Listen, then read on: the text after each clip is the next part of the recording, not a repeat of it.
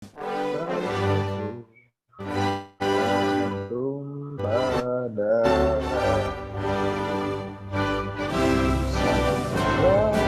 sambil berdiri jadi pandu Indonesia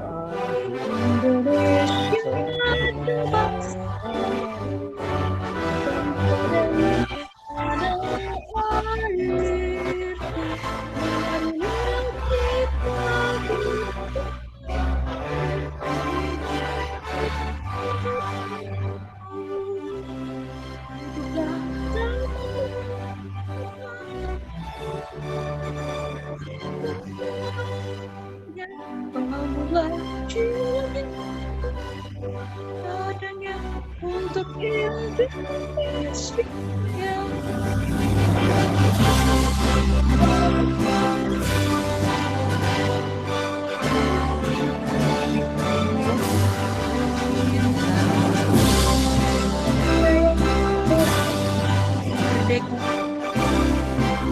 Indonesia Raya.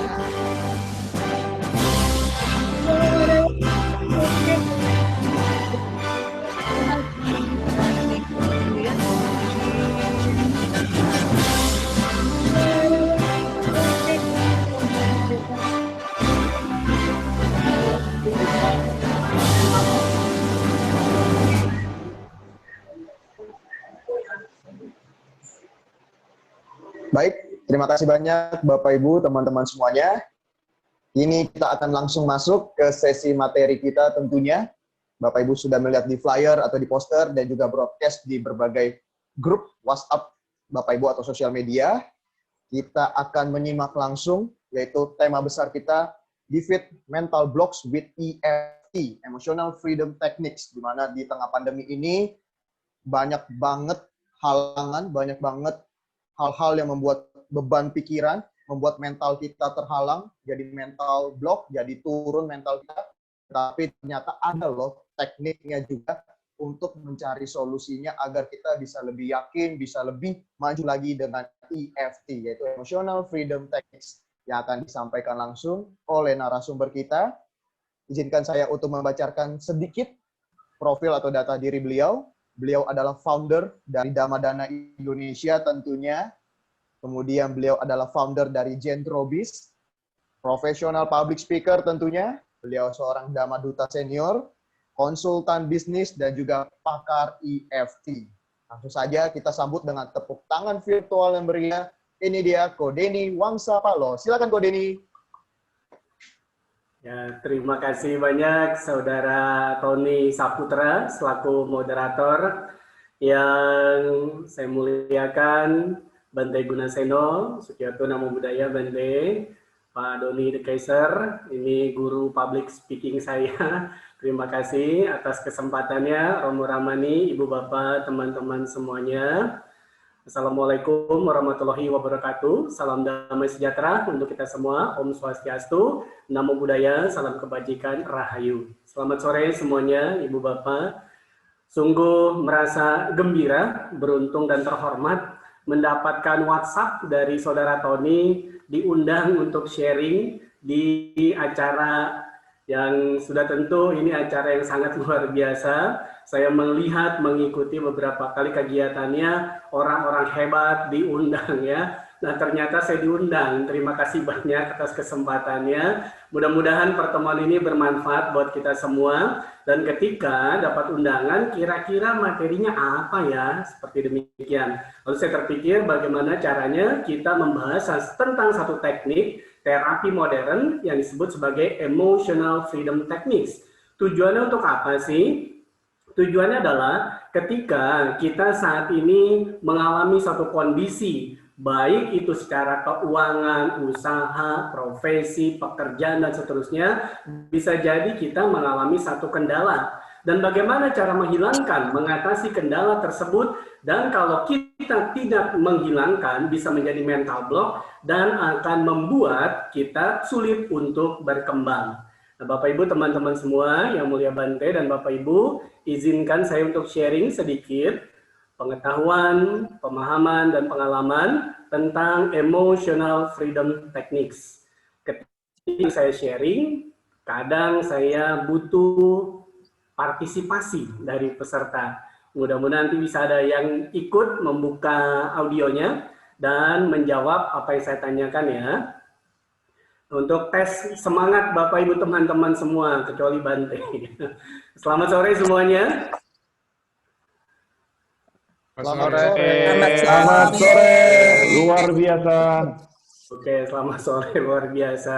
Terima kasih. Kadang ketika ditanya atau disapa selamat sore, selamat malam, kadang ada kata yang tertinggal. Kata apa yang tertinggal? Kata selamatnya. Tapi tadi Bapak Ibu teman-teman semua menjawabnya selamat sore semua. Artinya kita semua yang hadir di sini adalah orang yang mau selamat, betul ya? Mau selamat dunia dan akhirat. Seperti itu. Kadang kalau ditanya selamat sore, jawabnya cuma sore saja. Tapi tadi saya mendengarnya adalah jawabannya lengkap. Selamat sore semua. Terima kasih Bapak Ibu teman-teman semua. Hari ini kita ingin sharing bagaimana cara ketika kita berinteraksi dengan dunia di dalam dan dunia di luar kita, dan akan membuat sesuatu penghalang, sesuatu yang membuat kita mau mencapai sesuatu yang kita inginkan, itu terhambat, dan hal itu menghalangi kemajuan hidup kita.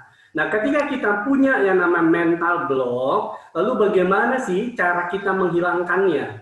Nah, sebelum kita tahu apa mental block, kita juga akan mengetahui mental block ini dia terbentuknya dari apa. Lalu kalau mental block sudah terbentuk, sudah ada, cara menghilangkannya bagaimana? Bapak Ibu teman-teman semua yang hadir di sini, apakah 5 poin ini Bapak Ibu inginkan ini semua? Yang pertama, apakah Bapak Ibu ingin mengetahui apa itu mental block? Yang kedua, bagaimana proses terbentuknya dari mental block itu? Dan yang ketiga, bagaimana sih cara kita menghilangkan mental block? Kalau kita sudah tahu apa itu mental block, bagaimana proses terbentuknya, dan bagaimana cara kita menghilangkan mental block? Dengan cara apa menghilangkannya? Banyak teknik terapi, baik dengan hipnosis, baik dengan Neuro Linguistic Programming atau NLP, tetapi pada sore hari ini kita akan belajar bagaimana menghilangkan mental block dengan satu teknik terapi modern yang disebut sebagai Emotional Freedom Techniques atau diterjemahkan sebagai teknik pembebasan emosi. Nanti kita akan belajar mengetahui sedikit tentang teknik tersebut dan juga bagaimana caranya EFT secara powerful bisa menghilangkan mental block yang menghambat kemajuan hidup kita. Bapak Ibu, apakah Bapak Ibu teman-teman semua ingin 5 hal ini? Kalau ingin boleh chat atau boleh kasih jempol ya. Kalau ingin berarti saya akan mohon izin untuk sharing kurang lebih selama 45 atau 1 jam ke depan, sehingga apa yang menjadi kesempatan bagi kita, Bapak Ibu sudah hadir di sini, mudah-mudahan tidak menyia-nyiakan waktunya untuk memperoleh manfaat sebesar-besarnya dari acara ini. Kita masuk yang pertama, mental block. Nah, mental block ini apa sih sebenarnya? Mental block adalah sebuah keyakinan negatif, sebuah keyakinan yang menghambat, yaitu program pikiran negatif yang bekerja pada level pikiran bawah sadar. Nah, kalau kita belajar tentang hipnosis, pikiran ada yang disebut sebagai pikiran sadar, ada yang namanya pikiran bawah sadar. Pikiran sadar itu bekerja 18%, sedangkan sisanya pikiran bawah sadar 88%. Artinya apa? Kalau pikiran bawah sadar kita buruk, negatif, jelek, dan menghambat, maka ketika kita mau mencapai suatu tujuan akan sulit tercapai. Kalau begitu, bagaimana kita membuat sebuah program, sebuah program pikiran bawah sadar, dia bukan yang negatif. Atau kalau sudah terbentuk yang negatif, bagaimana cara menghilangkannya? Atau kita menumbuhkan, memasukkan program positif supaya apa yang kita inginkan bisa tercapai. Kemudian, kalau kita sudah punya mental block, dia akan mensabotase segala potensi yang dimiliki oleh seseorang. Apa sabotasenya? Mental blocknya misalkan dia punya pengalaman waktu kecil, takut atau malu berbicara di depan umum, merasa dibully. Saat waktu masih SD, tampil ke depan disorakin sama teman-teman sekolahnya. Akhirnya dia punya mental block. Ketika dewasa dan mau berbicara di depan umum, dia menjadi malu. Dia menjadi takut untuk tampil berbicara di depan umum. Inilah salah satu contoh bagaimana mental block terbentuk. Lalu mental block ini bisa menghambat kemajuan hidup seseorang. Nah, mental block dalam definisi yang kedua adalah hambatan psikologis yang ada di dalam diri seseorang yang menghalangi seseorang untuk meraih kesuksesan. Sekali lagi, mental block ini adalah satu kondisi, satu program yang ada di dalam pikiran bawah sadar kita yang menghambat kemajuan kesuksesan hidup kita. Nah, apa sih contoh dari mental block? Salah satunya kita takut. Takut apa? Takut berbicara di depan umum. Takut apa? Takut binatang. Takut apa? Takut ketinggian dan seterusnya. Kemudian kita juga punya kemarahan, punya dengki, punya dendam, punya iri hati. Ini juga mental block yang akan menghambat kemajuan hidup kita. Kalau kita iri hati terhadap kesuksesan seseorang, apakah kita bisa lebih hebat daripada orang tersebut? Jawabannya tidak. Kenapa? Karena kita punya mental block, yaitu iri hati terhadap kesuksesan seseorang. Mental block yang ketiga adalah punya rasa bersalah. Rasa bersalah ini akan menghambat seseorang untuk maju, meraih kesuksesan yang lebih tinggi, ada rasa malu, ada kesedihan yang mendalam, dan juga mudah menyerah. Mental block, Bapak Ibu, misalkan ada suatu kondisi, lalu kita ingin ke kondisi yang lain, yang lebih baik. Nah, ketika kita ingin beralih kondisi yang lebih baik, ternyata kita kembali ke kondisi semula. Kenapa demikian? Karena seolah-olah seperti kita ada yang mengikatnya seperti karet, lalu kita kembali lagi ke posisi semula. Nah, kenapa bisa demikian? Karena ada mental block yang menghambat kita maju terbebas dari kondisi yang menghambat hidup kita. Kita bisa langsung kembali ke kondisi seperti yang tidak kita inginkan bahkan sebenarnya. Lalu Bapak Ibu teman-teman semua, ada dua kisah contoh. Bisa jadi kita lihat ini adalah sesuatu kondisi, satu keyakinan yang positif, yang baik. Ternyata kondisi yang baik, yang positif ini justru jadi mental block. Sekali lagi Bapak Ibu teman-teman semua, mental block ini belum tentu sesuatu yang negatif. Yang positif pun bisa menjadi penghambat, bisa menjadi mental block. Contohnya apa? Ada satu kisah seorang wanita. Dia sudah umur 30 tahun lebih, tetapi dalam hidupnya dia belum bisa menemukan pasangan yang cocok, belum bisa menemukan pasangan yang ideal. Bahkan sudah sampai serius mau menikah, lalu gagal, lalu batal dan tidak jadi. Akhirnya wanita ini jomblo terus, ya jomblo atau single gitu ya. Nah kemudian Bapak Ibu teman-teman semua, dia diterapi. Nah setelah diterapi, dilihat pas live-nya di momen sebelum-sebelumnya, dia punya keyakinan. Apa keyakinan wanita ini? Keyakinan wanitanya adalah dia berjanji kepada ayahnya, ayahnya meninggal. Nah saat ayahnya meninggal, dia berjanji kepada papanya, kepada ayahnya di makamnya, di kuburannya. Ia berjanji untuk merawat hidupnya sepanjang dia masih hidup. Nah ketika dia berjanji untuk merawat ibunya, ini positif atau negatif? Jawabannya adalah positif. Tetapi ada bagian di dalam tubuhnya, ada bagian di dalam pikiran bawah sadarnya yang menghambat dia. Apa keyakinan tersebut? Yaitu dia punya pikiran, dia punya prinsip, dia punya keyakinan lain dalam pikiran bawah sadarnya. Kalau nanti sudah menikah, siapa yang akan merawat ibu? Kalau saya menikah, nanti nggak ada nih yang merawat mama. Kalau begitu ada kesadaran, ada mental block, ada ada program pikiran di bawah sadarnya yang menghambat dia untuk menikah. Kenapa? Karena dia bertanya-tanya, kalau nanti kamu menikah, siapa yang ngurusin ibu? Siapa yang merawat, yang mengurus ibu? Akhirnya saat itu program pikiran di dalam pikiran bawah sadarnya bekerja lebih kuat, dia tidak jadi menikah. Oke Bapak Ibu ya, ini adalah baik atau positif? Jawabannya adalah positif. Tetapi menghambat wanita ini untuk melanjutkan proses atau ke jenjang yang lebih serius, yaitu ke jenjang pernikahan. Nah kemudian yang kedua adalah seorang wanita yang lain, dia ini sudah menikah. Nah, ketika dia sudah menikah, dia adalah wanita karir, pekerja. Kemudian saat dia bekerja menghasilkan uang, ternyata uangnya ini tidak bisa melebihi income atau penghasilan dari suaminya. Nggak bisa melebihi penghasilan dari suaminya. Kenapa dia demikian? Karena dia dinasehati sama ibunya. Nah, kalau nanti kamu sudah menikah, nurut ya sama suami, jadi istri yang baik.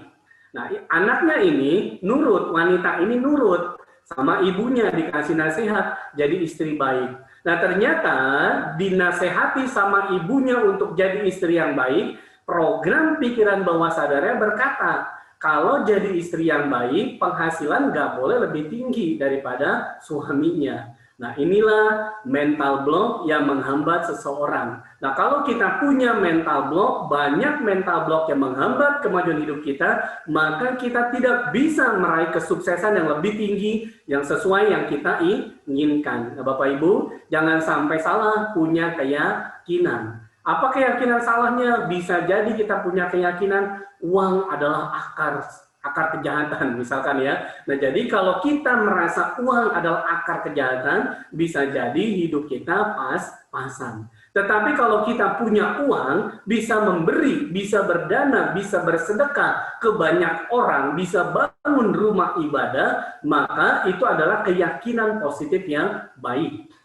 Oke, Bapak Ibu teman-teman semua, kita masuk ke materi berikutnya. Nah sekarang pertanyaannya, bagaimana sih program pikiran ini terbentuk yang disebut sebagai konsep diri? Konsep diri ini ada 3 poin yang saya ambil dari bukunya Pak Adiwe Gunawan. Konsep diri terbentuk dari 3 hal. Apa saja? 1 yang disebut sebagai diri ideal. Yang kedua adalah citra diri. Yang ketiga adalah harga diri. Apa maksudnya diri ideal? Waktu saya belajar public speaking ya, diajari sama Pak Doni De Keyser, sama teman-teman yang lain, para guru-guru public speaking yang lain. Saya mau jadi pembicara seperti beliau yang sangat luar biasa. Artinya apa? Saya punya diri ideal seperti Pak Doni De Keyser, misalkan. Seperti tokoh pembicara sukses hebat lainnya. Artinya apa? Saya punya diri ideal, saya mau jadi seperti siapa? Atau kalau anak kecil gampang, mau punya tokoh idolanya siapa? Mau jadi Superman, Iron Man, Batman, dan seterusnya. Ini disebut sebagai diri ideal. Kita mau jadi seperti siapa? Untuk punya diri ideal, untuk membentuk diri ideal, ada rumusnya. Apa rumusnya? Rumusnya yaitu TEPOS. Apa TEPOS? TEPOS adalah, T-nya adalah tertulis. Saya mau jadi pembicara sukses hebat seperti siapa? Saya tulis, bukan cuma ditulis secara kertas, tetapi saya tulis di dalam pikiran bawah sadar saya.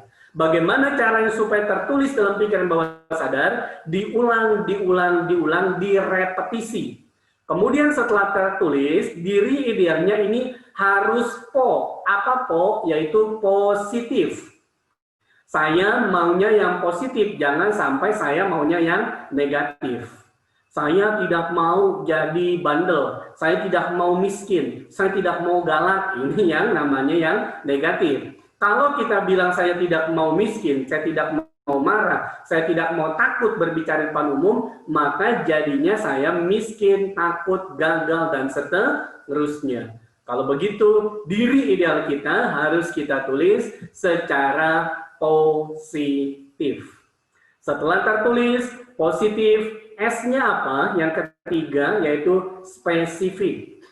Saya mau jadi seperti siapa, bagaimana detailnya, buat secara detail, diri idealnya secara detail. Gayanya bagaimana, pakai jas, pakai mic-nya yang di samping, dan seterusnya. Ini adalah secara spesifik. Lalu poin kedua apa dari konsep diri, yaitu citra diri.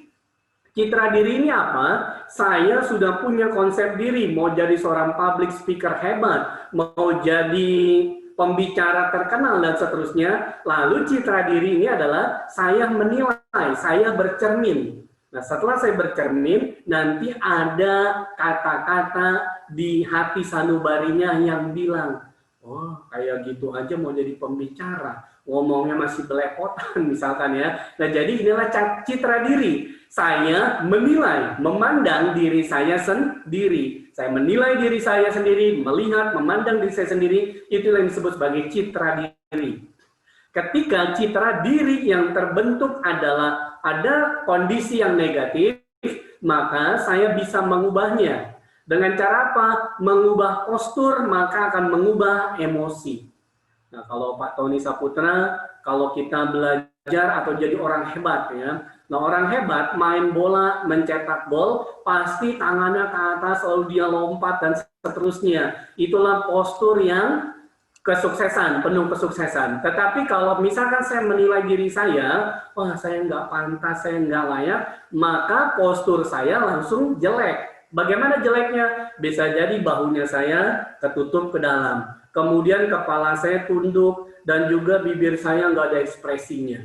Nah, lalu bagaimana cara merubah emosi? Maka saat ada emosi yang menghambat kemajuan hidup saya merubah postur, buka bahunya, sambil tersenyum lebar dan melihat ke atas. Atau tangannya sambil digenggam. Nah, ini adalah merubah postur, maka akan merubah emosi kita. Mau coba di testing? Coba kita testing ya. Nah, di sini mohon izin sama moderator kita nih ya. Atau teman-teman boleh ikut ya. Teman-teman boleh ikut.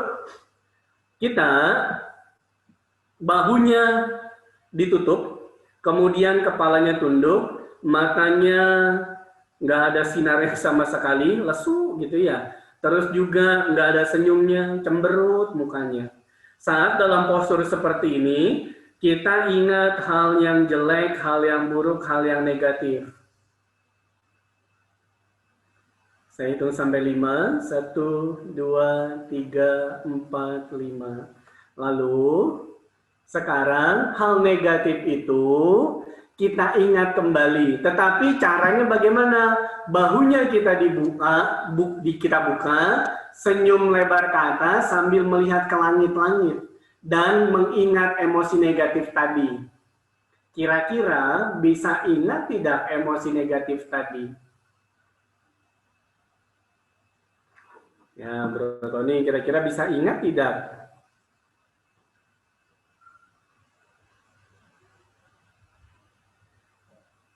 Bisa keingat tidak emosi negatifnya yang tadi? Positif, ini yang teringat. Kalau jadi positif ya artinya apa? Kalau kita posturnya kebuka, bahunya kebuka, sambil tersenyum dan melihat ke atas, bisa jadi hal yang negatif tidak akan muncul.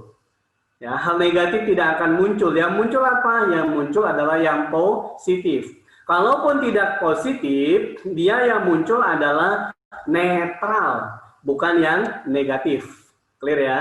Jadi nanti kalau mau jadi pembicara, saat diminta tampil ke depan, lalu kita grogi, takut, deg-degan, ya sudah jangan tunduk. Tetapi apa yang kita lakukan? Yang kita lakukan adalah, ya sudah sambil tersenyum, bahunya dibuka, nengok ke atas. Tapi hati-hati saat jalan seperti ini nanti nabrak tiang. Ya. Jangan sampai demikian. Oke. Nah, Bapak Ibu teman-teman semua, yang ketiga apa? Yang ketiga adalah harga diri. Apa itu harga diri? Harga diri adalah ketika kita punya diri ideal, punya citra diri kita, melihat, menilai diri kita, maka harga diri adalah orang lain memandang diri kita seperti apa. Orang lain memandang kita sebagai apa? Itulah yang disebut sebagai harga diri. Oh, Pak Denny mau bicara di depan umum, tapi ngomong aja belepotan gitu ya. Ngomong aja masih ae. Nah, kalau sama Pak Tony, sama Pak Doni, diajarinnya kalau public speaking, E-nya ada berapa nanti dihitung sama beliau. Saya sudah ada berapa E-nya nih ya. Nah, jadi harga diri adalah orang yang menilai kita. Kalau kita punya harga diri yang positif, bagaimana? Misalkan kita berprestasi, maju di atas podium, maju ke depan panggung, diberikan sambutan, diberikan tepuk tangan, diberikan pujian, maka kita punya harga diri yang tinggi. Kenapa bisa punya harga diri yang tinggi? Karena ada intensitas emosi yang tinggi. Intensitas emosi yang tinggi bisa yang derita, bisa yang bahagia. Nah, inilah tiga hal ini membentuk konsep diri. Kalau diri idealnya positif, kalau citra dirinya positif, tapi harga dirinya negatif, maka bisa terbentuklah konsep diri yang negatif. Jadi artinya apa Bapak Ibu? Kita kalau sudah punya konsep diri yang negatif akan menghambat kemajuan hidup kita. Nah, di sini ada contoh seorang wanita hebat bernama Helen Adams Keller. Seseorang di usia 19 bulan diserang penyakit yang menyebabkan beliau buta dan tuli.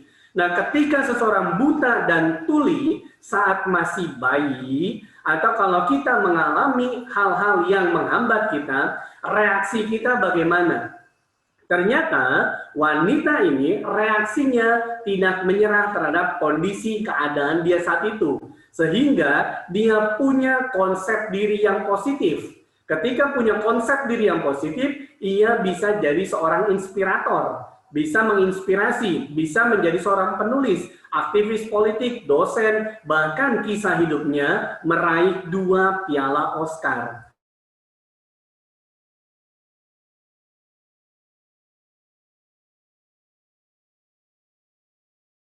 %88 ini menghambat kemajuan hidup kita. Nah, jangan sampai kalau bisa kita punya kondisi atau punya program pikiran dalam pikiran bawah sadarnya yang positif.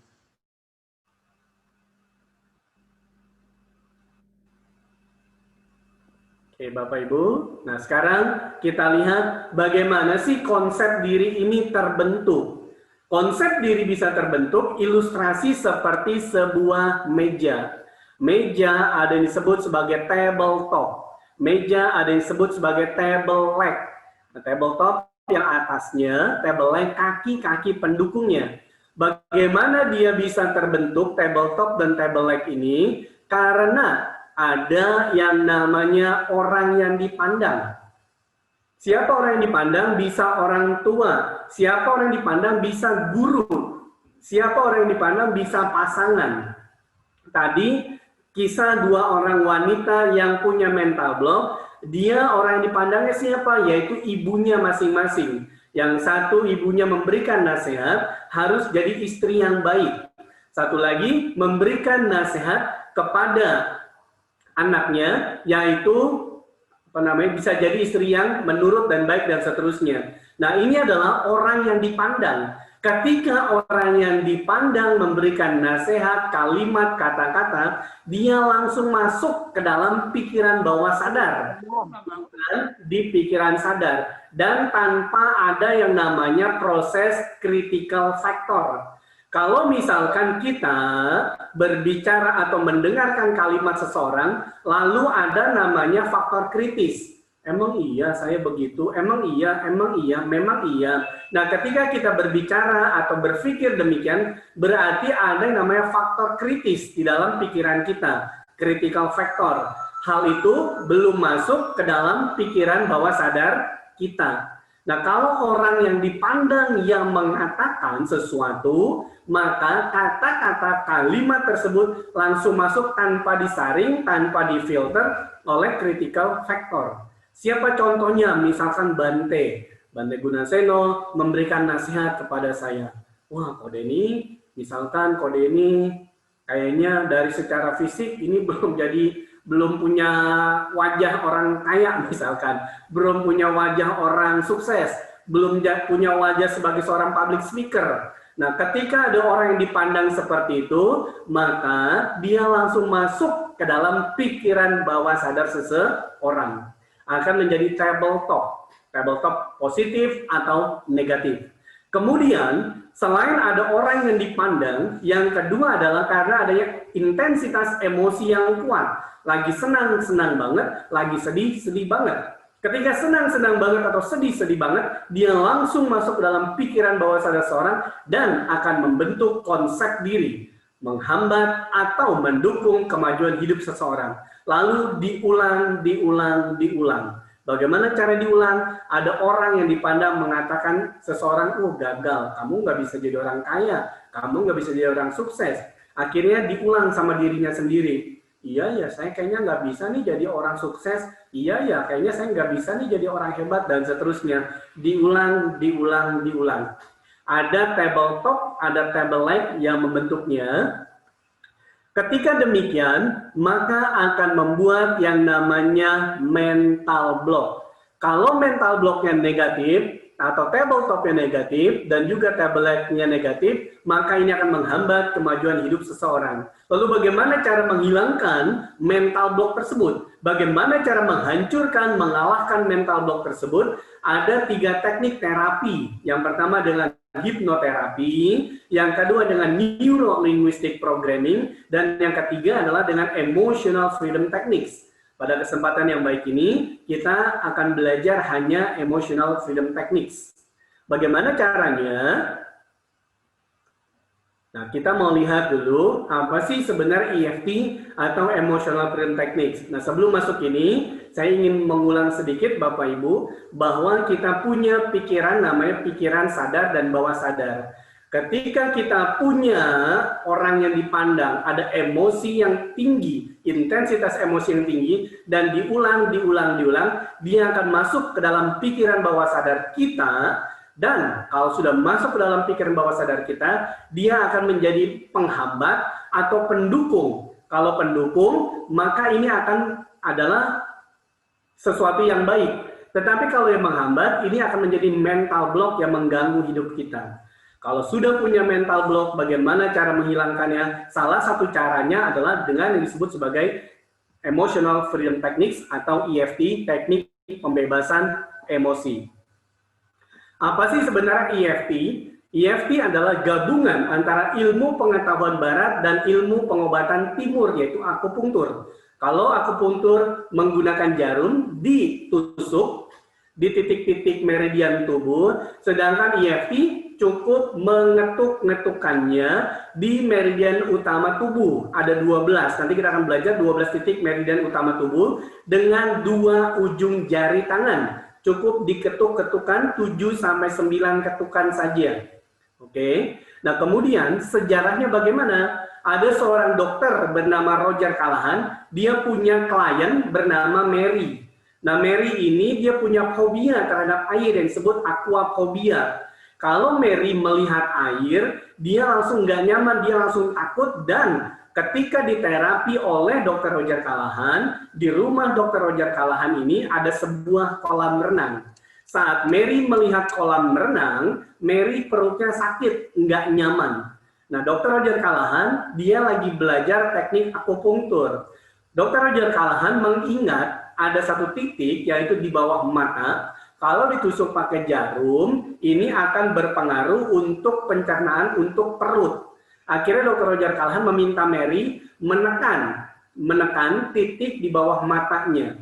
Nah, ketika titik di bawah matanya ditekan, sakit perut tidak nyaman karena melihat air tersebut hilang. Nah, saat perutnya nggak nyaman hilang, ternyata Mary juga saat melihat air di kolam renang tersebut, dia tidak takut lagi. Fobia terhadap airnya hilang. Nah, lalu Dr. Roger Callahan dia mengecek kira-kira bagaimana, kenapa bisa efektif seperti itu. Nah, kemudian Dr. Roger Callahan menemukan satu teknik yang disebut sebagai touch field therapy.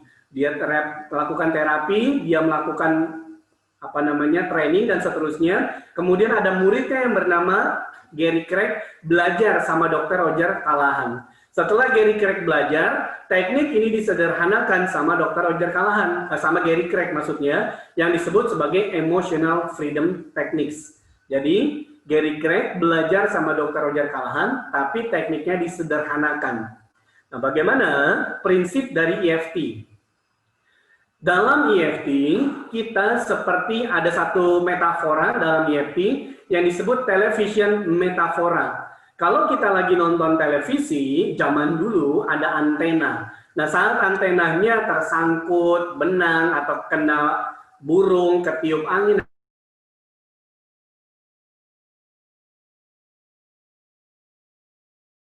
zat tersebut itu akan menyebabkan emosi negatif. Ketika emosi negatif datang, maka kita secara fisik akan terganggu. Ketika emosi negatif datang mengganggu, dia bisa menyebabkan gangguan secara fisik dan juga gangguan secara mental. Nah, Albert Einstein mengatakan bahwa tubuh kita termasuk alam semesta juga terdiri dari energi.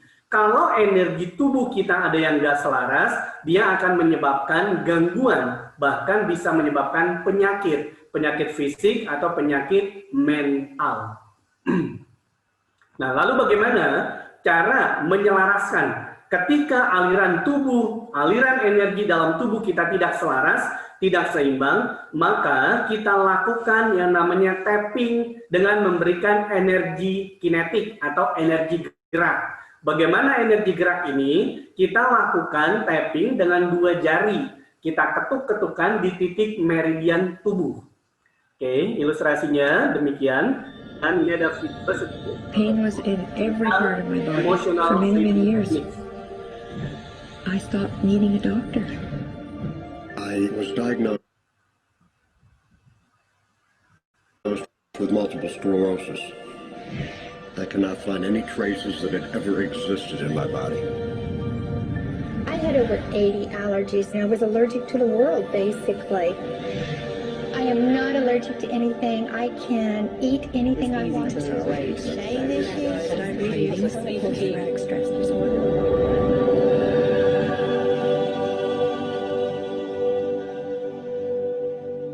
EFT stands for Emotional Freedom Techniques, and it's an emotional version of acupuncture, except we don't use needles.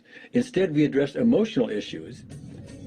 The emotional contributor to disease and ailments and physical things is far greater than the emphasis that's been given to it to date. All of us know intuitively that if we're carrying around angers and griefs and guilts and traumas, it shows up physically.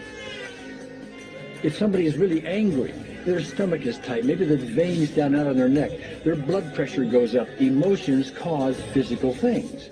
Well, you keep that body a long period of time, now you're looking at diseases. You know, in my own case, I got tired of giving medications which would just treat the symptoms and didn't really address what I thought was the underlying problem. EFT, on the other hand, zeroes right in on it, and I think that's why we get results where nothing else will. It's possible to clear emotional issues at a deep enough level that physical healing results. Acupuncture relies on the fact that there are subtle energies that run throughout the body called meridians. If they're not flowing well, the body's health does not do well. And what I found was something just very stunning. If we stimulate these meridians, tapping on them with our fingertips, it tends to balance things out, and people that would have an intense emotional issue, it would just fade. Sometimes it would happen in minutes. Once you start taking care of these emotional issues and doing it correctly and really resolving them, physical things start to subside as well.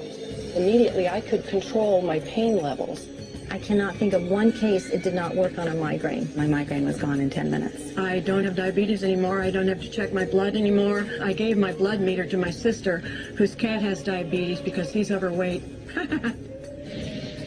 What we've really done is taken a very ancient, very well-established process, the ancient Chinese way of going about healing. We've dusted it off, and we've added an innovation or two, and this is the new forefront to me. We're on the ground floor of this new healing high-rise. When I was 10 years old, I fell down a 25-foot hay chute that landed in a sitting position on a concrete landing, compressing my spine. I underwent my first back operation in 1971. a second one in 1972, a third one in 1979, a fourth one in 1984, a fifth one in 1992, and a sixth in 2002. With each surgery, the pain just got worse. I lived in pain my entire life. I lived on Tylenol with codeine 4. I took them like candy. I was diagnosed with multiple sclerosis, which was another devastating blow, and my response to that was, God, how much can I take? I was totally wheelchair bound for 5 years. EFT brought me out of the wheelchair, put me onto arm crutches, which my doctor said would never happen. Went from arm crutches to giving up Social Security disability and returning to work. I see EFT cure things that are incurable all the time. When it comes to the MS, I'm completely cured. It's gone. It's non-existent in my body. I'm 54 and I'm doing jumping jacks now.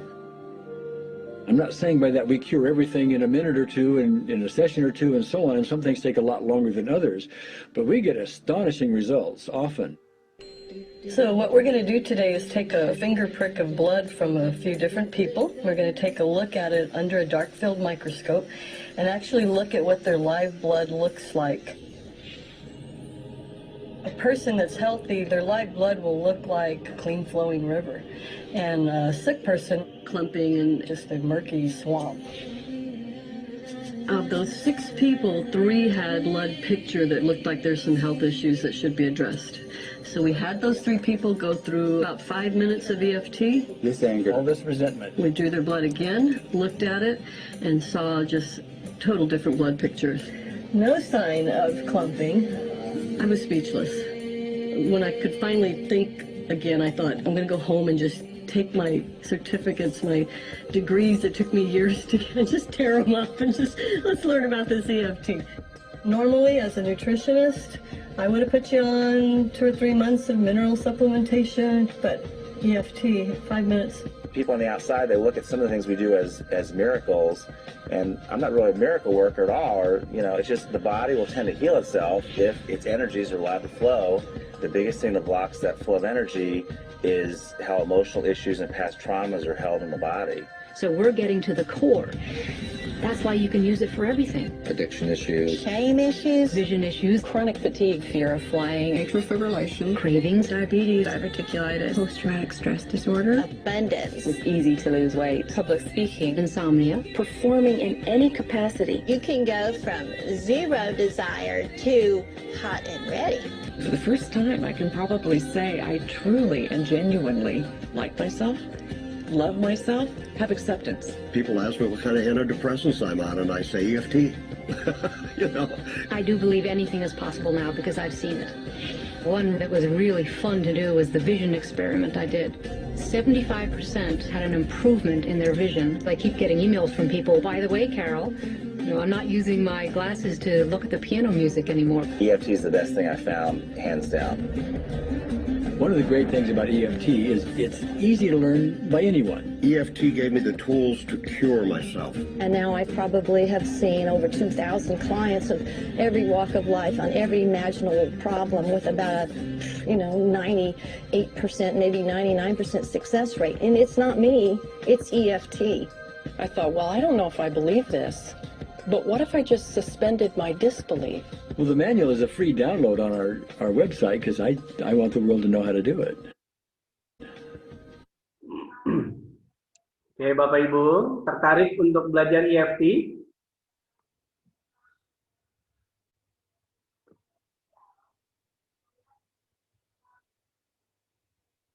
Oke, terima kasih ya. Nah, itu adalah video sekilas tentang EFT. Tadi kita sudah lihat juga ada titik-titik di meridian tubuh yang diketuk, yang di-tapping namanya dalam EFT. Dia bisa untuk apa? Bisa kan fisik, penyakit fisik dan juga penyakit mental. Penyakit fisik misalkan kita sakit perut, sakit kepala, tadi bahkan ada yang penglihatannya berkurang, ada diabetes dan seterusnya, bahkan darah yang sebelum di-tapping itu keruh seperti air yang tersumbat, tapi setelah di-tapping aliran darahnya mengalir lancar. Nah, kalau kita punya aliran darah yang tersumbat, yang terhambat, maka bisa menyebabkan gangguan pada fisik jasmani, bisa menimbulkan namanya penyakit. Bapak Ibu teman-teman semua, ini adalah titik-titik di dalam EFT.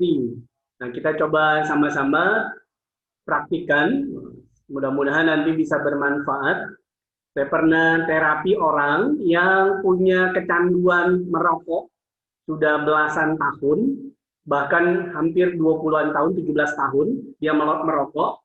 Kemudian saat merokok dicium enak, ya, ketika dicium enak. Nah, setelah diterapi, diminta dicium kembali, baunya lain, baunya berbeda dan malah jadi apek. Nah, setelah dia mencium tersebut, baunya tidak enak, dia memutuskan untuk berhenti merokok. Lalu ada orang yang takut berbicara di depan umum, di tapping dengan EFT, langsung dia malahan jadi sering bertanya. Lalu selain untuk selain untuk ketakutan berbicara di depan umum, untuk menghilangkan kebiasaan merokok, penyakit orang tua. Apa itu penyakit orang tua? Yaitu latah.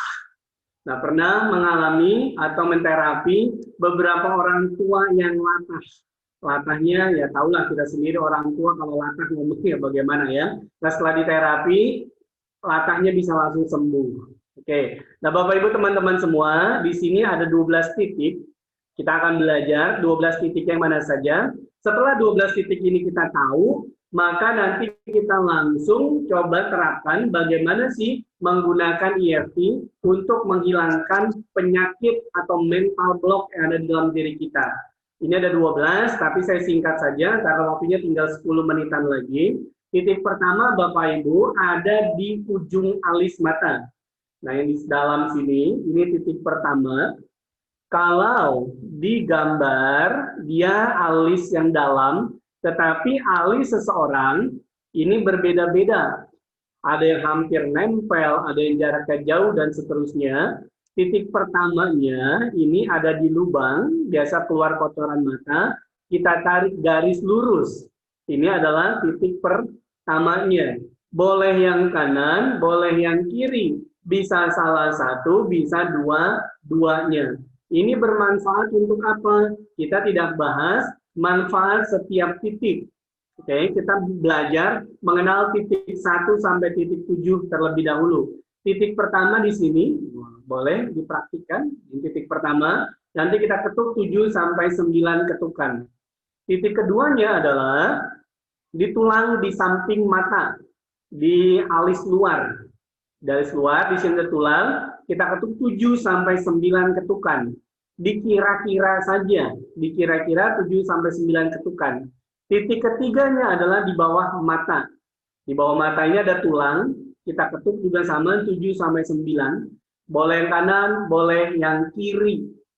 Kemudian ada lagi di antara hidung dan bibir atas. Ya, di antara hidung dan bibir atas. Di lubang sini ya. Nah, ini titik keempat. Lalu titik kelima di mana? Dia adanya di bawah bibir, bukan di dagu. Antara bibir dan dagu, tapi lebih tepatnya di bawah bibir. Inilah titik kelima. Kemudian titik keenam di mana? Dia adanya di tulang dada. Kita di sini ada tulangnya, disebut tulang selangka. Turun kurang lebih 2 cm ke bawah, keluar kurang lebih 2 cm. Nah, di sini ada gambarnya nih, nomor 6. Ini adalah titik ke-6. Diketuk 7 sampai 9 kali juga. Kemudian titik ke-7. Titik ke-7 di bawah ketiak. Nah, kalau yang wanita sejajar dengan garis tali BH. Nah, kalau yang pria bagaimana? Nggak usah pakai BH. Dia langsung sejajar dengan puting. Ya, sejajar dengan puting, tepat di bawah ketiak. Bapak Ibu teman-teman semua, boleh kita lihat yuk titik pertama yang mana kita ketuk sama-sama. Mudah-mudahan nanti setelah kelas ini bisa melakukan terapi sendiri karena EFT ini aman, tidak ada efek sampingnya dan juga bisa diterapkan, digunakan baik untuk anak-anak maupun sampai orang tua sekalipun ini bisa bermanfaat. Titik pertama, kita ketuk yuk. Titik pertama, alis mata. Titik kedua, samping mata. Titik ketiga, di bawah mata. Titik keempat, di bawah hidung. Titik keenam, di bawah bibir. Titik ketujuh, titik keenam. Titik ketujuh. Nah sekarang bagaimana cara menerapkan EFT untuk menghilangkan mental block? Bagaimana caranya? Yang pertama adalah kita tentukan masalah yang ingin disembuhkan. Kalau kita tidak punya masalah yang ingin disembuhkan, tolong ingat jangan cari-cari masalah. Ya. Yang pertama, tentukan masalah. Masalah saya apa? Oh, masalah saya kayaknya kalau berbicara depan umum, akunya masih banyak nih. Groginya masih ada nih. Gugupnya masih ada nih. Takutnya masih ada nih. Maka kita tentukan skalanya, masalah utama saya adalah malu atau takut berbicara di depan umum. Sekarang yang kedua apa? Kita ukur skala ketidaknyamanan ketika kita takut berbicara di depan umum. 0 sampai 10. Kalau 10 takut banget, bahkan tangan sampai kedinginan, perut sampai mulas, itu berarti ketakutannya luar biasa. Ada yang ngalamin seperti itu? Saya kira ini kelas yang luar biasa, pasti sudah terampil semua berbicara di depan umum ya. Mudah-mudahan setelah kelas ini bisa dipraktikkan untuk terapi menghilangkan masalah yang lain. Kemudian yang ketiga adalah lakukan kalimat setup di karate chop. Nah, di sini adalah di source code, tapi kita di karate chop. Karate chop itu adalah kalau kita melihat orang karate mau mematahkan batu bata, kayu dan sebagainya menggunakan yang ada di luar tangan seperti ini ya. Kita ketuk seperti ini boleh, atau boleh pakai 3 jari juga bisa. Clear ya Bapak Ibu ya. Nah sekarang bagaimana cara melakukannya? Kita lakukan setup di karate chop. Yang lainnya abaikan dulu. Misalkan masalah utamanya apa? Ada yang mau bantu saya? Kira-kira masalah utamanya apa? Saudara Tony boleh? Takut terhadap wanita? Tidak ya? Nah, kita tentukan masalah utama kita apa? Misalkan takut berbicara di depan umum, contohnya. Skalanya berapa? Skala saya misalkan 7. Takut berbicara di depan umum, skalanya adalah 7 misalkan. Grogi berbicara di depan umum, oke, masalahnya grogi berbicara di depan umum. Skalanya berapa Pak Hendra? 0 sampai 10. Kira-kira saja, groginya itu berapa? 0 sampai 10. Anggaplah misalkan, baru saya mau nyebut 7 ya. Misalkan 7, dan benar 7 ya. Semakin ramai semakin besar, oke, good. Nah, kalau semakin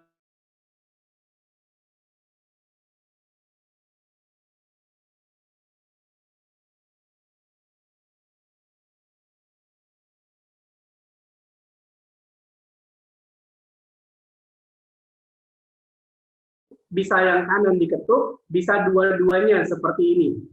Clear ya? Nah, sekarang kita ngomongnya bagaimana?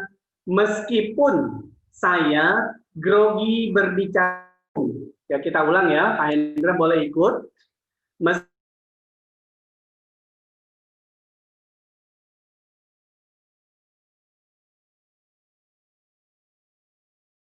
Meskipun saya grogi berbicara depan umum, saya menerima dan mencintai diri saya seutuhnya 3 kali.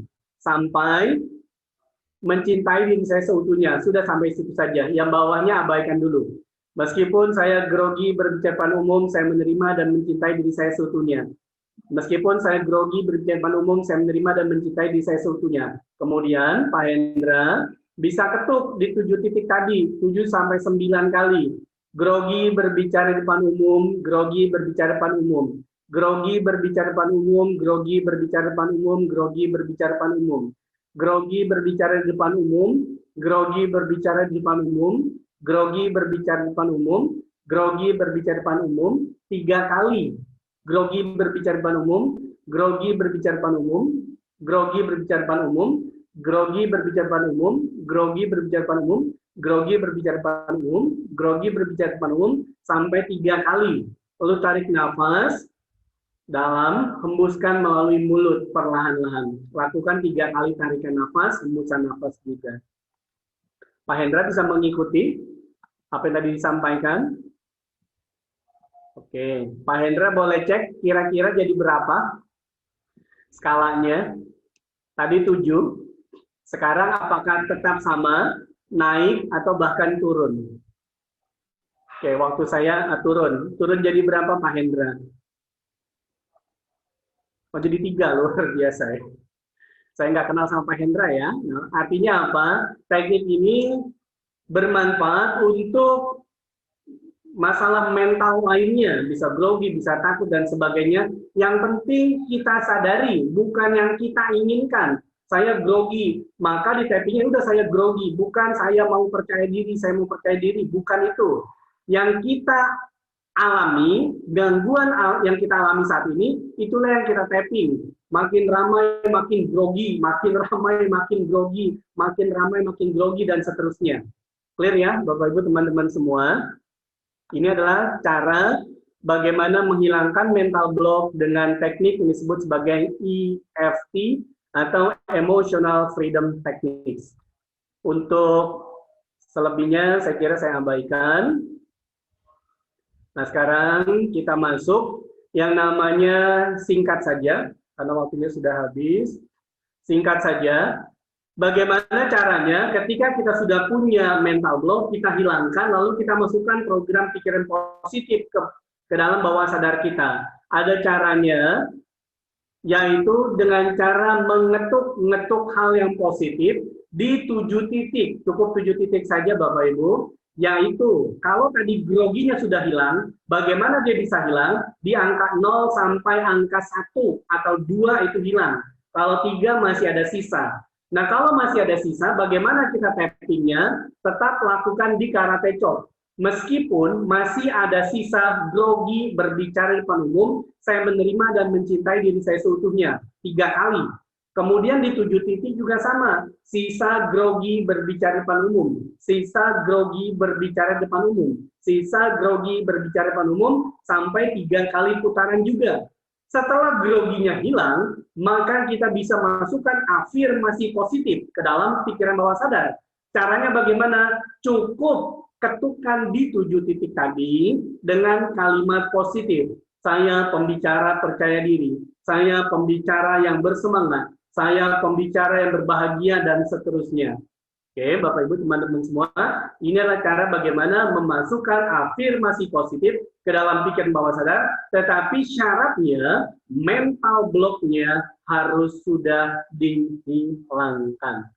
Cuci pakaian sampai bersih, cukup sekian dan terima kasih. Ya, saya kira materi saya sampai di sini dulu, Pak Tony. Karena waktunya kita terbatas, mudah-mudahan bermanfaat. Kalau ada yang ditanyakan, bisa kita diskusi sama-sama. Saya kembalikan kembali kepada Pak Tony Saputra. Baik, terima kasih banyak Ko Denny, Romo Denny. Bapak Ibu, kita berikan tepuk tangan sekali lagi untuk narasumber kita, luar biasa. Kita telah menyimak langsung mengenai EFT, bagaimana cara untuk menangani mental block. Baik, mohon izin, Ko Denny, Romo Denny, kita akan masuk ke sesi tanya-jawab hingga kurang lebih pukul 17.30 waktu Indonesia Barat. Dan di sini saya akan mulai dari membacakan pertanyaan yang sudah ada di forum chat terlebih dahulu. Di sini ada dari Pak Christian Guswai. Nah, pertanyaannya adalah, Pak Denny, mengapa pikiran bawah sadar itu tidak bisa menerima kata-kata negatif? Nah, mungkin tadi berkaitan dengan praktik yang lihat ke atas dan lihat ke bawah juga. Silakan dijawab, Ko Denny. Oke, baik. Terima kasih atas pertanyaannya Pak Chris Guswai. Nah, kita secara ilmu pengetahuan ada yang namanya pikiran sadar, ada yang namanya pikiran bawah sadar. Kemudian di antara pikiran sadar dan pikiran bawah sadar ada batasnya, ada pembatasnya ya, ada pembatasnya yang disebut sebagai critical factor. Nah, critical factor ini dia adalah yang menalar kita. Misalkan kita bilang tidak boleh berbuat jahat, tidak boleh mencuri, emang iya nggak boleh mencuri, emang iya nggak boleh berbuat jahat, itu artinya pikiran atau critical factor kita masih bekerja, masih ada, masih aktif. Kalau pikiran bawah sadar ini bekerja atau masuk langsung ke dalam pikiran bawah sadar, artinya critical factor-nya tidak bekerja. Ketika critical factor tidak bekerja, apa yang kita sampaikan ke dalam pikiran bawah sadar, itulah yang terjadi. Jadi, pikiran bawah sadar ini dia tidak bisa membedakan antara ilusi dan kenyataan.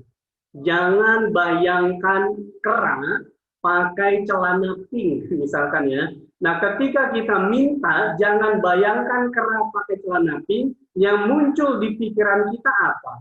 Kalau kita berpikir, emang ada kera pakai celana pink, memang ada kera pakai celana pink, berarti critical factor kita masih aktif, masih bekerja. Tapi kalau dia langsung masuk ke dalam pikiran bawah sadar, dia tidak ada lagi. Memang iya, nggak ada yang bertanya-tanya, langsung ngebayangin kera pakai celana pink misalkan. Kenapa bisa demikian? Karena pikiran bawah sadar tidak bisa membedakan mana ilusi, mana kenyataan. Kurang lebih jawabannya seperti itu. Baik, terima kasih banyak Ko Denny atas jawabannya. Saya akan mohon izin untuk membacakan pertanyaan selanjutnya dari Tan Chen Liang. Apakah EFT bisa digunakan untuk mengurangi trauma pada kegagalan perkawinan? Cara terapinya bagaimana, Ko Denny? Oke, baik. Silakan dijawab. Saya belum lama menterapi seorang wanita. Dia ini latah.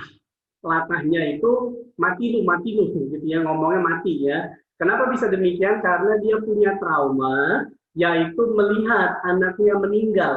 Dengan matanya langsung dia melihat anaknya meninggal. Kenapa anaknya meninggal? Karena dia menganggap pasangannya ini tidak bertanggung jawab, tidak membawa ke rumah sakit, ke dokter terbaik.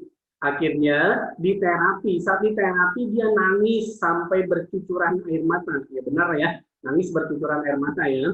Nah kemudian setelah di terapi dia lega, tetapi latahnya masih ada. Kenapa latahnya masih ada? Karena masalah utamanya belum selesai. Dia pun masih menutupi masalahnya. Lalu bagaimana dengan kita misalnya punya trauma pada trauma pernikahan, kegagalan pada perkawinan dan sebagainya, kita cari sebab utamanya apa, tabletopnya apa, tabletopnya kegagalan. Nah, tabletopnya kegagalan ada pendukungnya, table leg. Table leg-nya apa kita cari. Nah, ketika table leg-nya ada, kita potong satu persatu. Kalau table leg-nya yang terpotong adalah kaki utamanya, maka langsung rubuh semua keyakinan yang menghambat. Nah, cara melakukan terapinya bagaimana? Ada teknik dalam EFT, yaitu disebut sebagai inbox techniques. Misalkan ada orang di terapi, dia malu mengungkapkan masalahnya. Lalu kita minta masalahnya ini dimasukkan ke dalam sebuah box. Lalu boxnya ini dibayangkan di terapi. Meskipun saya punya masalah yang sangat besar, di dalam box tersebut, saya menerima dan mencintai diri saya seutuhnya. Oke, kemudian masalah saya di dalam box, masalah saya dari dalam box, dan seterusnya. Lalu kalau dia berani mengungkapkan masalahnya, kita cek apa yang paling bikin kita nggak nyaman. Kita merasa suami saya, pasangan saya ini tidak tanggung jawab. Jadi kita tapping. Meskipun saya merasa pasangan saya tidak bertanggung jawab terhadap pernikahan saya menerima dan mencintai diri saya seutuhnya. Pasangan tidak tanggung jawab, pasangan tidak tanggung jawab, pasangan tidak bertanggung jawab, atau seterusnya. Jadi masalahnya harus digali terlebih dahulu, Saudara Tony. Seperti itu. Kalau misalkan kita salah menggali masalahnya, maka intensitasnya tidak akan turun. Kenapa tidak turun? Karena masalahnya bukan itu.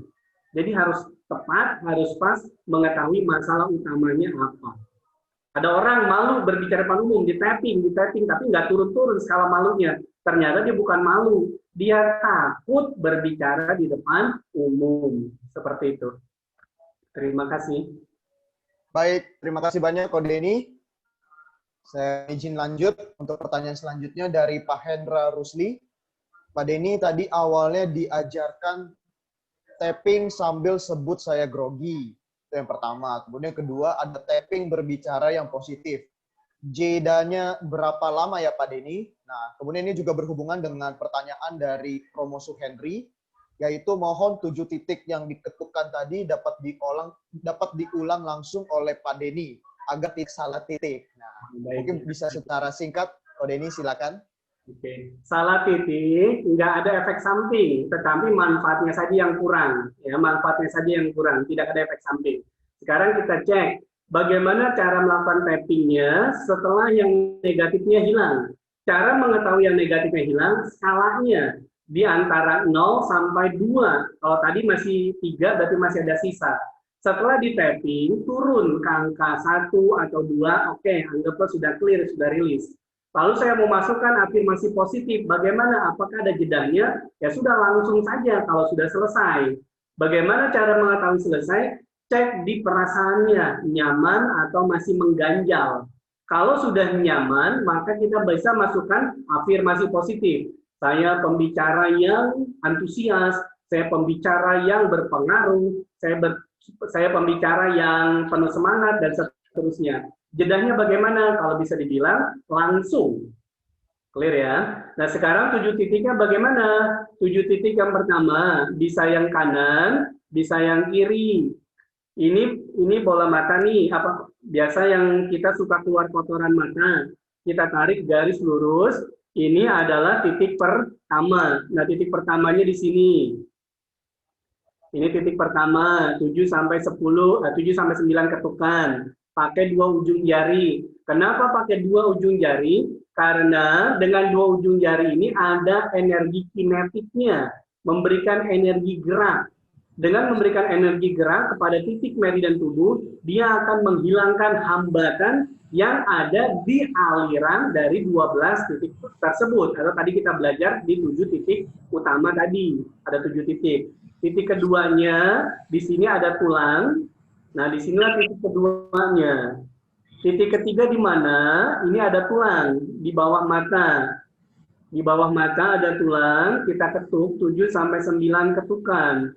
Titik keempat di mana? Di sini ada lubang. Nah, di tengah-tengah sinilah yang kita ketuk. Titik kelima bukan di dagu, tetapi di bawah bibir. Di bawah bibir. Yang lebih tepat bisa ditutup mulutnya. Tapi kalau mulut saya ditutup, saya tidak bisa bicara. Ya. Titik kelima. Titik keenam di mana? Titik keenam kurang lebih di sini nih. Kurang lebih di sini. Saya buka sedikit ya. Ini ada mana tulang saya nggak kelihatan nih. Di sini ada tulang disebut tulang selangka. Turun kurang lebih 2 cm ke bawah, kemudian keluar kurang lebih 2 cm. Nah, disinilah titik ke-6. Titik ke-6-nya. Nah, ini titik ke-6. Kurang lebih di sebelah sini. Kalau kita ketuk ada nggak nyaman, berarti ada aliran energi tubuh kita yang tersumbat. Dan bisa jadi indikasi ada organ tubuh yang bisa menimbulkan penyakit. Baik fisik ataupun mental. Ini titik ke-6-nya, 7 sampai 9 ketukan. Kemudian titik ke-7. Titik ke-7, di mana titik ke-7-nya? Titik ke-7-nya di bawah ketiak, 4 cm di bawah ketiak.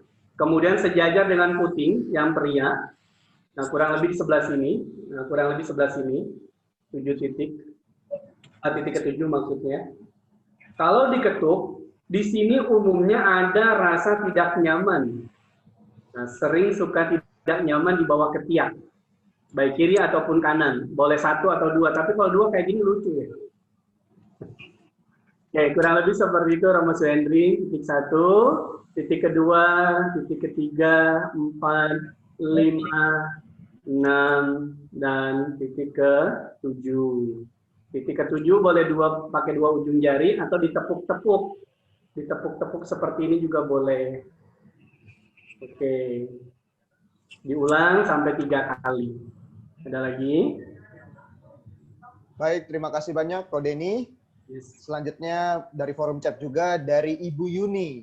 Nah, Ini berkaitan dengan situasi yang sekarang sedang pandemi. Saya sekarang sedang isolasi di Wisma Atlet. Ada ketakutan tidak diterima kembali saat saya sudah dinyatakan pulih karena ada beberapa teman yang mengalami dikucilkan karena pernah kena COVID-19. Bagaimana menghilangkan kekhawatiran tersebut? Silakan. Ini sudah bisa dijadikan kalimat setup. Bagaimana cara melakukan kalimat setupnya? Yaitu di karate chop, kita ketuk dengan 3 jari atau pakai 2 tangan seperti ini.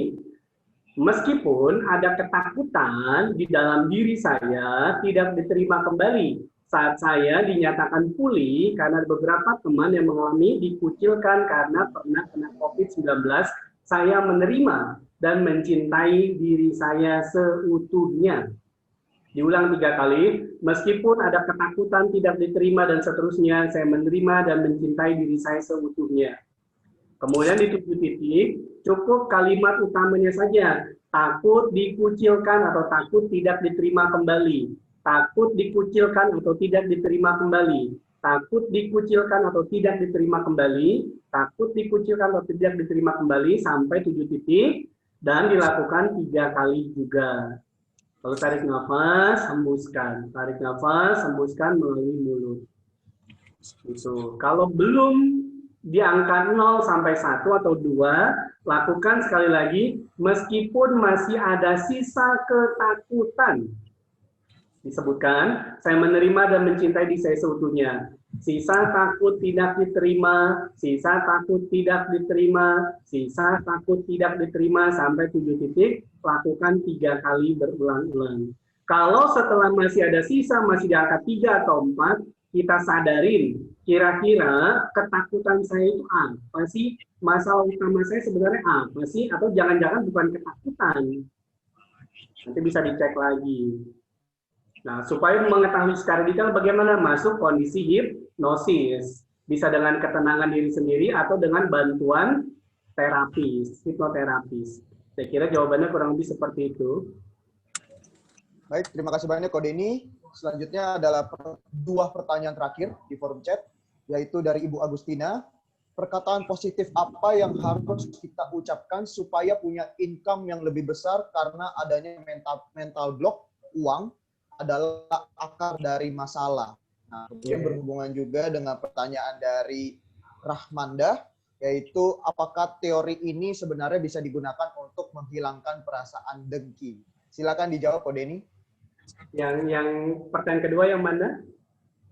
Rahmanda ya, teori bisa digunakan untuk menghilangkan perasaan dengki. Oke, baik-baik. Terima kasih atas pertanyaannya. Nah, sekarang masuk ke konsep yang tadi atau rumus yang tadi. Apa itu rumusnya? TEPOS, tertulis, positif, dan spesifik. Mau punya income banyak, punya income besar. Income besarnya ini harus tertulis secara positif dan spesifik. Besarnya seberapa banyak? Maaf ya, bagi orang yang kekurangan kesusahan 100.000 itu sudah besar. Tetapi bagi orang yang misalkan tinggal di rumah mewah, 100.000 kehilangan 100.000 dia biasa-biasa saja. Tapi kalau orang yang kondisinya kesusahan, kehilangan 100.000 itu sedihnya minta ampun. Jadi kalau kita mau punya income yang besar, tuliskan secara spesifik bagaimana atau seberapa banyak. Nah, jadi yang pertama adalah income-nya secara spesifik dulu. Mau berapa miliar? Nah, ketika kita bilang berapa miliar, 5 miliar, 10 miliar, saat ngomong miliar, di hati kecil kita, ini ada yang ngeganjel apa tidak? Ngomong miliar, jutaan yang belum punya misalkan ya. Nah, itu ada yang menghambat apa tidak? Kalau ada yang menghambat, kita lakukan tapping. Meskipun saya belum yakin punya income sampai 10 miliar, saya menerima dan mencintai diri saya seutuhnya. Kenapa saya belum yakin? Memang yang saya rasakan adalah saya belum yakin.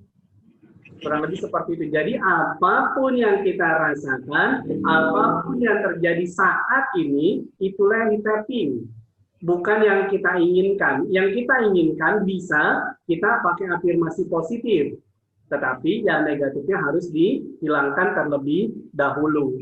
Lalu apakah bisa digunakan untuk menghilangkan perasaan dengki? Jawabannya bisa.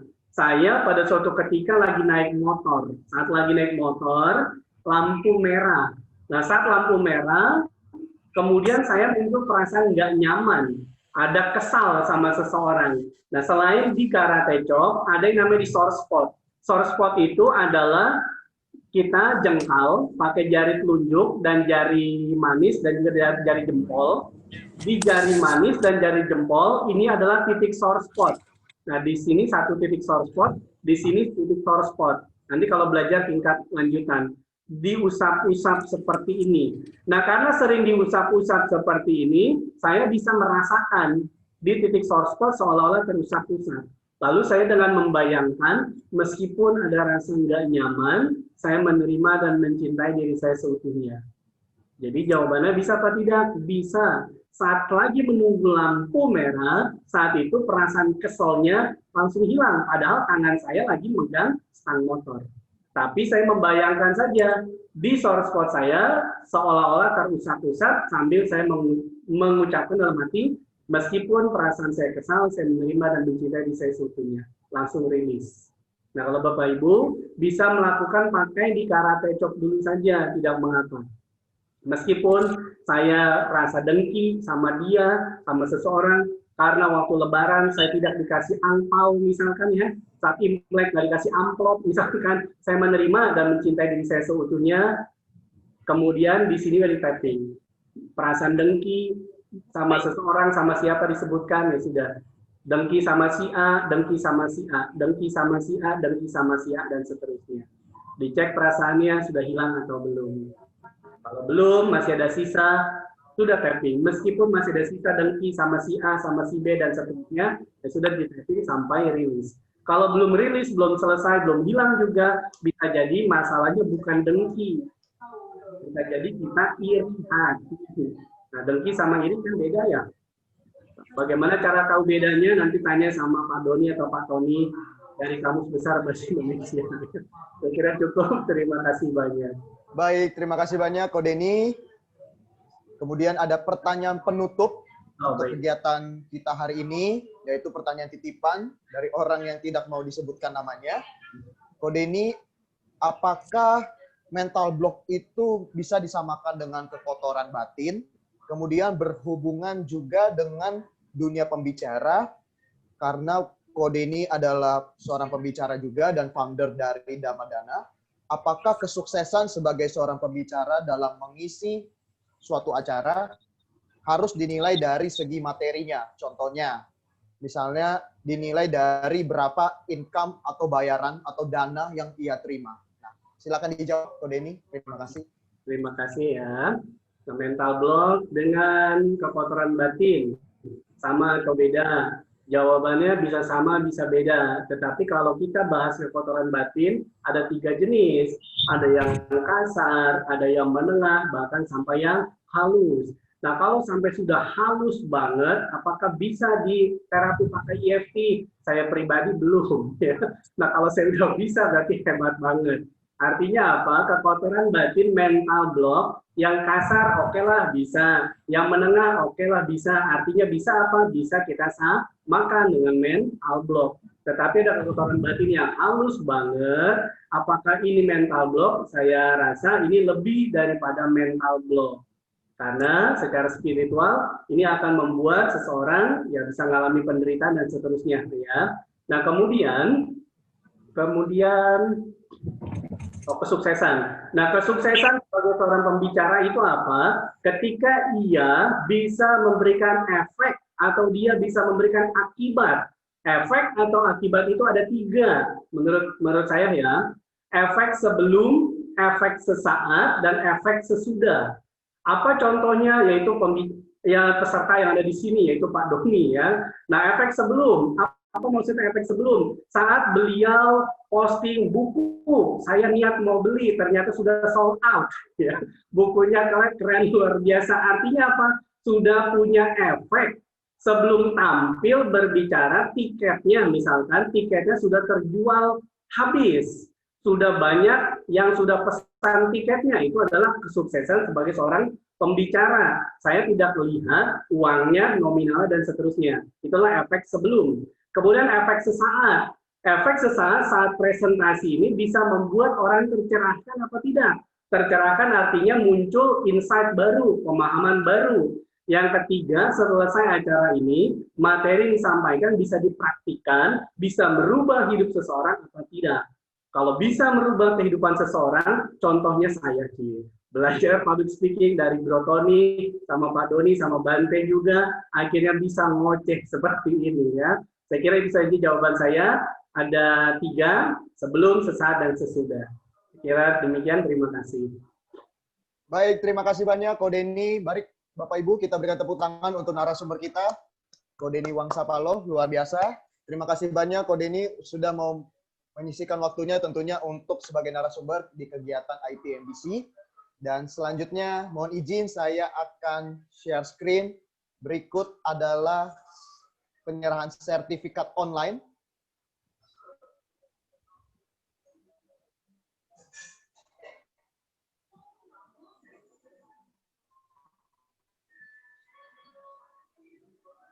Ya, Bu Yuni, semoga lekas sembuh ya, dan teman-teman yang lain juga.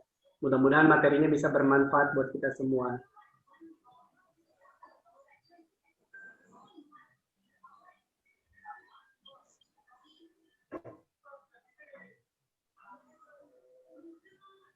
Keren banget materinya, Pak Denny. Luar biasa. Semoga bermanfaat ya, Pak. Sangat bermanfaat. Mbak Yuni, cepat pulih kembali ya. Sudah lama nggak ketemu di kelas ya. Semangat terus. Nah, silahkan Bung Tony. Baik, Bapak Ibu sekali lagi kita berikan apresiasi untuk narasumber kita, Ko Denny. Berikut adalah Certificate of Appreciation dari ITMBC dan juga Communicating Academy dalam bentuk online tentunya. Oke.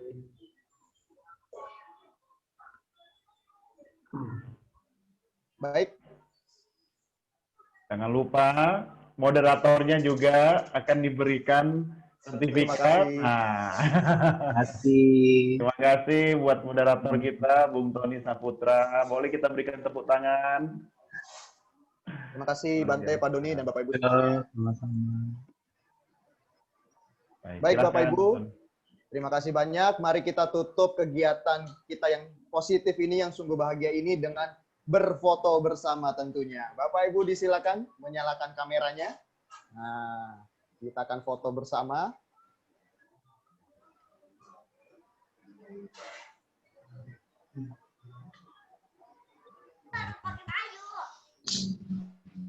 Oke, kita tunggu satu persatu sedang merapikan wajah, rambut, pakaiannya semua. Nah, ini ada pakar retail Indonesia, Pak Christian Gusway. Sehat selalu ya. Sehat Pak, sehat. Luar biasa. Thank you Pak.